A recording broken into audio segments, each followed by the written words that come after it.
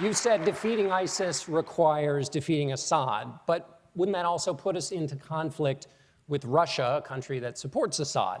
So doesn't that mean effectively Assad's there to stay? No, it doesn't, and that's the problem. The lack of leadership in this country by Barack Obama, John Kerry, Hillary Clinton, thinking that this is a policy that works, this policy of containment with ISIS, it's a complete unmitigated disaster. And to allow Russia now to have influence in Syria makes it harder, but we need to destroy ISIS and dispose of Assad to create a stable Syria so that the 4 million refugees aren't a breeding ground for Islamic jihadists. This is the problem. Donald Trump brought up the fact that he would want to accommodate Russia. Russia is not taking out ISIS. They're attacking our team, the team that we've been training and the team that we've been supporting. It is absolutely ludicrous to suggest that Russia could be a positive partner in this. They are on the run. They are making, every time we step back, they're on the run. The question that you asked was a really good one about what you would do. What 3 things would you do? I would restore the military. The sequester needs to be reversed. I would have a strategy to destroy ISIS. And I would immediately create a policy of containment as it relates to Iran's ambitions and to make clear that we are not going to allow for Iran to do what it's doing, which is to move towards a nuclear weapon. Those 3 things would be the first and foremost things that we need to do in 2017. Mr. Trump, Mr. Trump, you were mentioned here. You did say you could get along very well with Vladimir Putin. You did at one point say let Russia take care of ISIS. Call me a genius. I like him so far, I have to tell you. Let me just tell you this. Jeb is so wrong.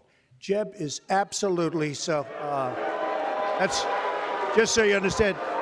You know what that is? That's Jeb's special interest and lobbyists talking. Look, let me just tell you something. Jeb is so wrong. You got to fight ISIS first.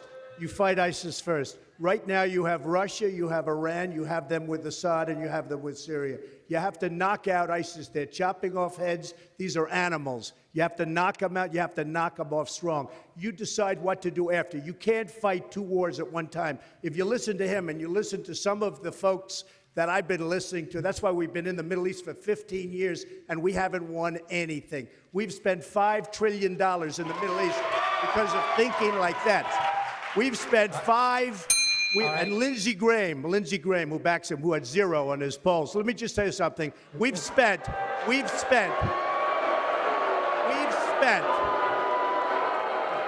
I only tell the truth, lobbyists. We've spent $5 trillion all over the Middle. We have to rebuild our country. We have to rebuild our infrastructure. You listen to that, you're going to be there for another 15 years. All right, Governor Bush, please respond. So the very basic fact is that Vladimir Putin is not going to be an ally of the United States. The whole world knows this. It's a simple, basic fact. They're not taking out, they're not even attempting to take out ISIS. They're attacking the troops that we're supporting. We need to create a coalition, Sunni-led coalition, on the ground with our special operators to destroy ISIS and bring about stability. And you can't do that with Assad in power. We're supporting troops that we don't even know who they are. Okay, we're supporting troops that we don't even know who they are. Trump. All right. We have no idea who they are. Gentlemen, I think we're gonna leave that there. I've got a question for Senator. This is from a guy who gets his foreign policy from the shows. Oh, this is a guy who thinks that Hillary Clinton was a great negotiator in Iran. We're living in dangerous times. In New Hampshire. This is a man who insults his way to the nomination. 44 million. All right, ladies. All right. Give me a break. Gentlemen, let's leave it there so I can ask a question of Senator Cruz, who's also running for president.